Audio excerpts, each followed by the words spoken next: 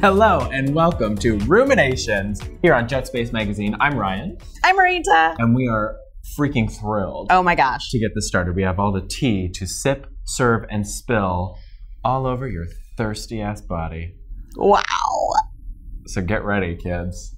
First of all, I need to thank Finn Cottom for standing in again last week. Finn, thank you so much while I was taking care of a little problem. Oh. Which we will call Valentina's mask. I saw it and I was on a mission. Right? I hunted it down and one of us survived. So thanks, Finn. You were great. We love you. Yay, we love you.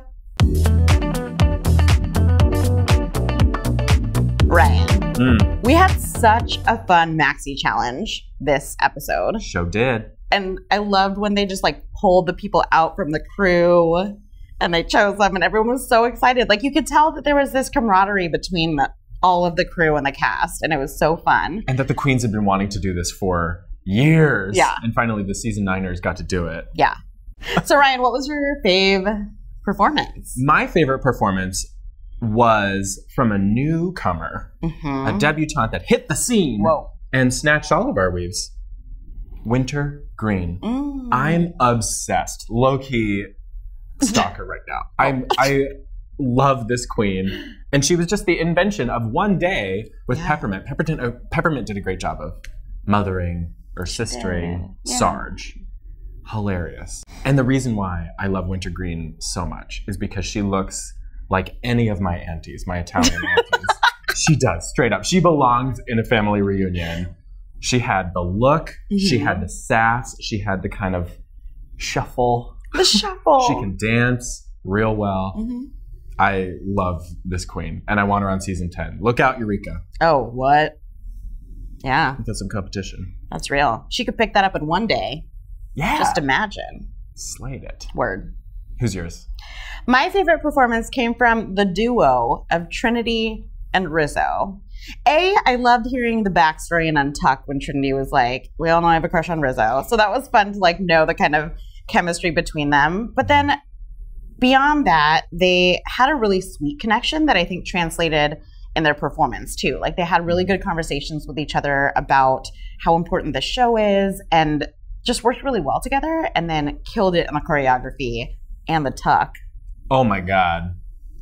It sounded like there was a lot to tuck too. Yeah, all that. Rizzo. Yep. Yep. Congrats. Congrats to you. Who was your favorite runway look this week? Yes. We had a lot to choose from. We did. And what I felt like was the most cohesive, fashion-forward look, that came from the House of Velour. Sasha and Donatella coming out there just looking like they belonged on a runway. And even Zaldi said so. Yes. They had those beautiful pillbox hats. Yep. And the hair. backstory. It was great. And the makeup too. Like Sasha's eyebrows looked amazing and matched up with Donatella's face so well. And they had that whole discussion in Untucked about how difficult it was to do, like feminize that very angular face that Duncan has. Which I just loved kind of hearing what those challenges were because I think we see them do drag so well every week that we forget how much work it is. So it was fun to kind of watch that process happen. But I thought they slayed it on the runway. I was just in love. It was so cute to see them do their little wiggle dance too. Yeah. Yeah, they were having a great time. They were V in sync. How about you, Ryan? My favorite runway look goes to the queen herself. Right. Miss RuPaul. I mean, that calligraphy gown, calligraphed. The gown with lots of writing on it. It looked amazing. This beautiful gown, I think was designed by Zaldi. Yeah, it was. Amazing. And the fascinators she had in her hair, the whole look was spellbinding. And I was completely captivated. And it stood out a little more than any of the runway looks we got. Like Alexis's space age. Basic Jetson baby. Yeah. Yeah, it's just, been done. Yeah. Yeah. Also, did you catch that Zaldi said that what was calligraphed on the dress was all of RuPaul's sayings. Allegedly. Come on. I mean, we'll see. Oh, are you going to take it to Google Translate? Let's ask the commenters. And if you can read Japanese writing on a dress and translate it to what might be sachet away. Her? Girl, I mean, people say some funny things on camera. I love you. Shut up. So, we'll see. But it's a great gown. It's a great gown. When the moment Ru walked up, I was like, oh, this might be my runway look. This might be, you know? Yeah. But then Sasha came out. So. Sasha nailed it. Yep. She did. Ryan, you know what I always say that I like to do, but in reality, I just don't at all? Bathe. Oh, read. But that was a good guess. But there were so many great reads in this episode, and I really want to know who your fave is. I have to say that honorable mention for me would go to Sasha when she said to Sarge, "Oh my goodness, look at those little shoes. These are real drag heels." Oh yeah, Sarge? Yeah? Mommy's taking you to church for the first time? I mean, that runway was a little Clydesdale-ish. But it was his first time, you know? Yeah. My first time was awkward. Clydesdale-ish even? Yeah. Just clunking along. What are we talking about? But I think the top read for me was when Shay was speaking, I think to Trinity, about Rizzo. Oh, Trinity, I didn't realize that you were serving some shrimp cocktail with your makeover. You worry That's about cute. your man feet, okay? You don't worry about our man feet, honey. That was gold. And then it became even funnier because cocktail, Rizzo's talk, you know?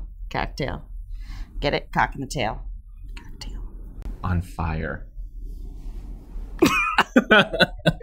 Well, my read of the week, since you so kindly asked, was in Untucked when Trinity was going on and on about how expensive drag is. Years ago, before like I really got like a day job, there would be days, like when I was like 20, 21, that I would be like, should I pay my rent or should I go buy a gown? And then Duncan just cut to the quick and was like, Or should I finish the left cheek?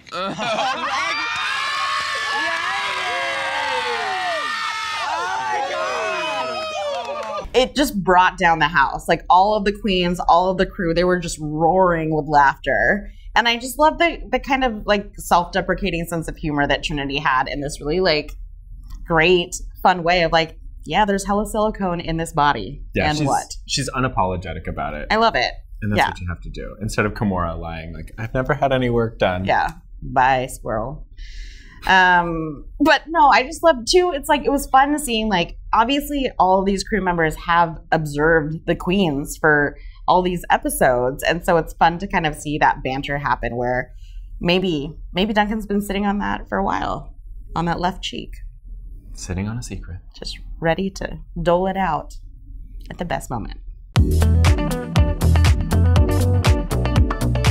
It's time for the money shot. Money shot. Money shot. Money shot. Money shot. I miss this. I miss this. Right. What's your money shot? Oh, I actually have to pick one. My money shot was Trinity. Doing the duct tape. That was hilarious. Okay, let me see. I mean, it's not great still, so we're gonna do another piece. Okay. I'm sorry. That.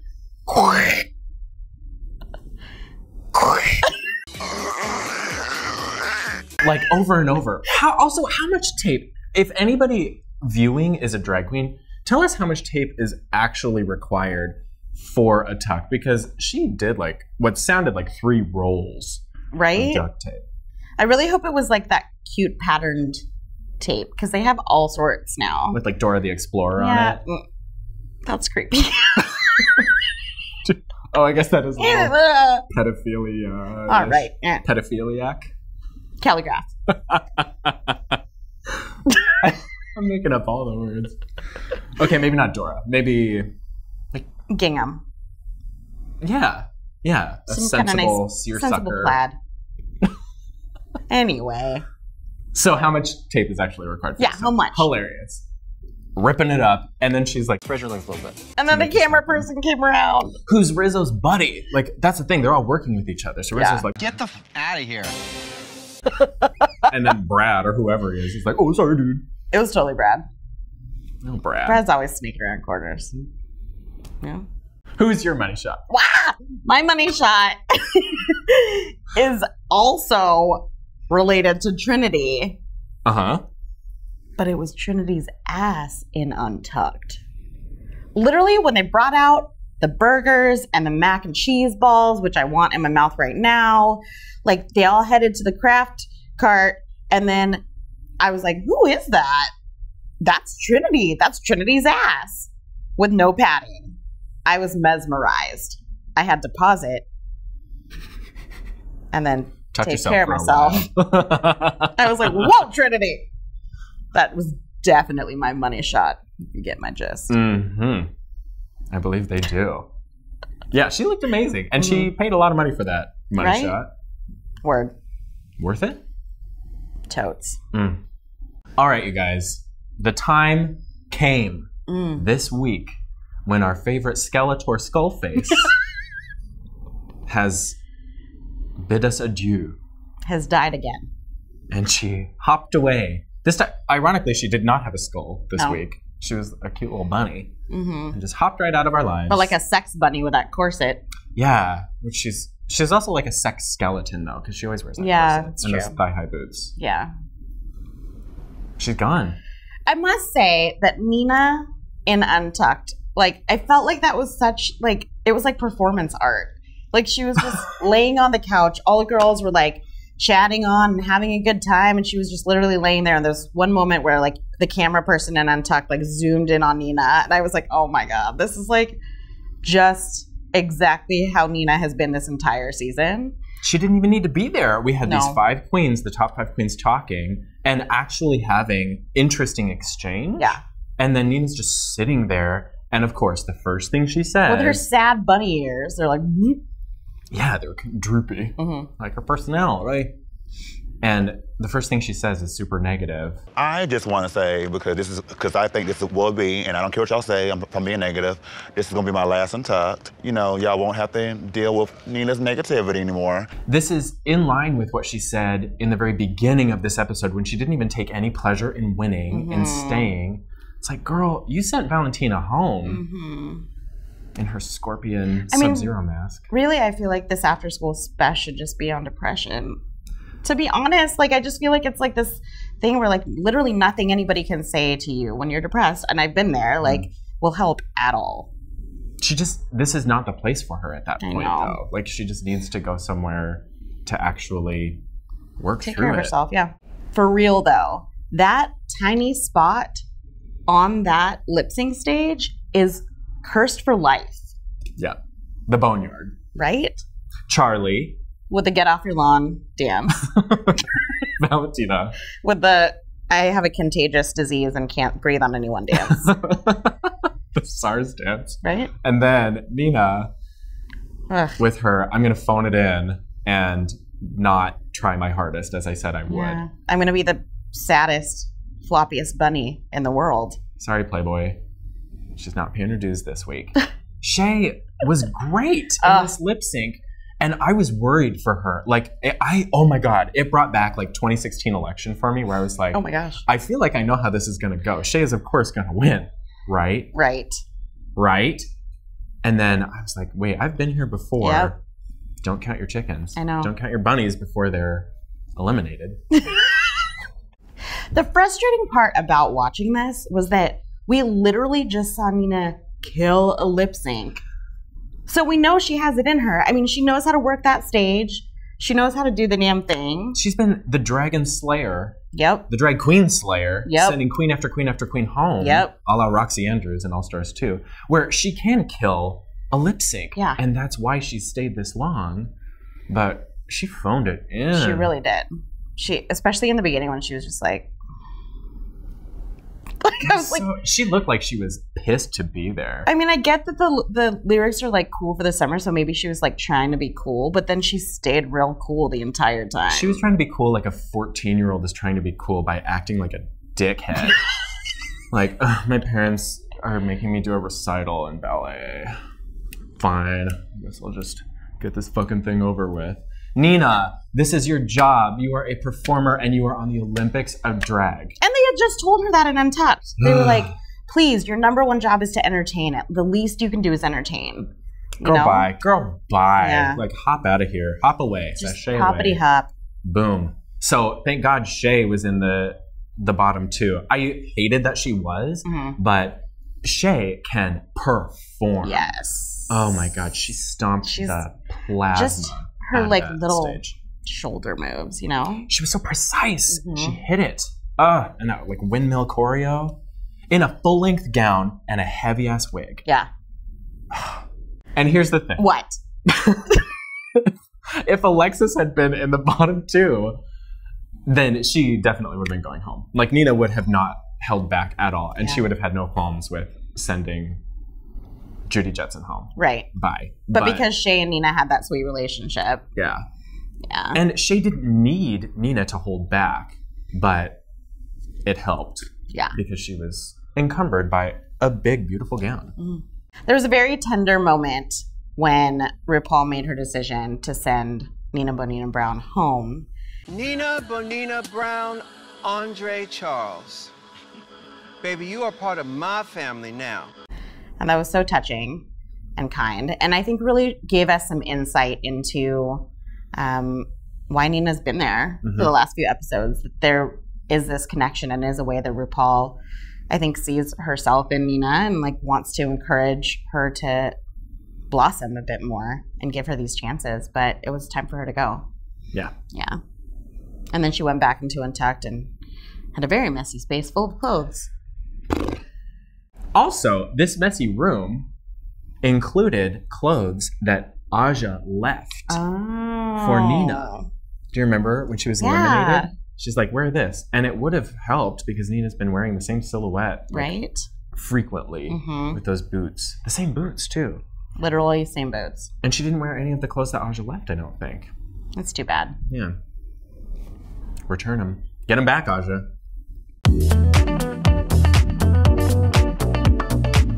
A viewer question time. Morgan Taylor asks, of the remaining contestants, who would you marry, Kai, or eliminate? Who is it? That's a big one. Who would you do? OMG. Okay. I think I would marry Shea Coulee. I just think she's so fun. And I think we'd have a great 5 years of marriage. That's how long mine lasts. Well, I don't know, 2 to 5. And she would just be really like, she would make me laugh a lot and we'd share fashion and makeup tips. It would be a good thing. That would be an amazing marriage. Right? I think Shay is definitely marriage material. Yeah. I think I would want a Kai Sasha Velour, TBH. I think she's going to have some sweet-ass lingerie in the bedroom. Oh, yes. Right? Just like, and I could watch all of that as we're Kai-ing. That would get me wet already, you know? I'm wet just thinking about it. Right? And I think that Sasha could be a bit of a kinkster. Definitely. Remember the erotica video when she was doing her Madonna moment? Come on. With the nipples and the whip. Sasha would be a good time. Yeah. And then who would I eliminate? Alexis Michelle. Bye. That's all. I would marry Sasha. I would marry the shit out of Sasha. Yes. Oh my God. I can Kai with her and then pass her off to me. Yeah. You'll be her last fling before we get totally. Yeah. And we can just talk all the time. She's so smart, so intellectual, so talented. Mine. Kai. Shay. Yes. So you can Kai. I'll Kai Shay. We'll just trade. Yeah, there perfect. we go. And then they'll both go to the top 2 and we're all happy. And then I would probably eliminate Alexis. Yeah. As well. Yeah. Yeah. Yeah. Which I think might happen next week. Time to go. Talks too much. Says the talker. Would I marry Kai Kai or eliminate you? What would you do? Tune in next week on Ru-minations. There seems to be a little bet that we have to settle, Ryan Crawford. Uh-huh. To remind you what happened, we made a bet about who would be in the top 3, which was a response to one of your questions. And I said Sasha, Shay, and Valentina. You did say that, didn't you? I did.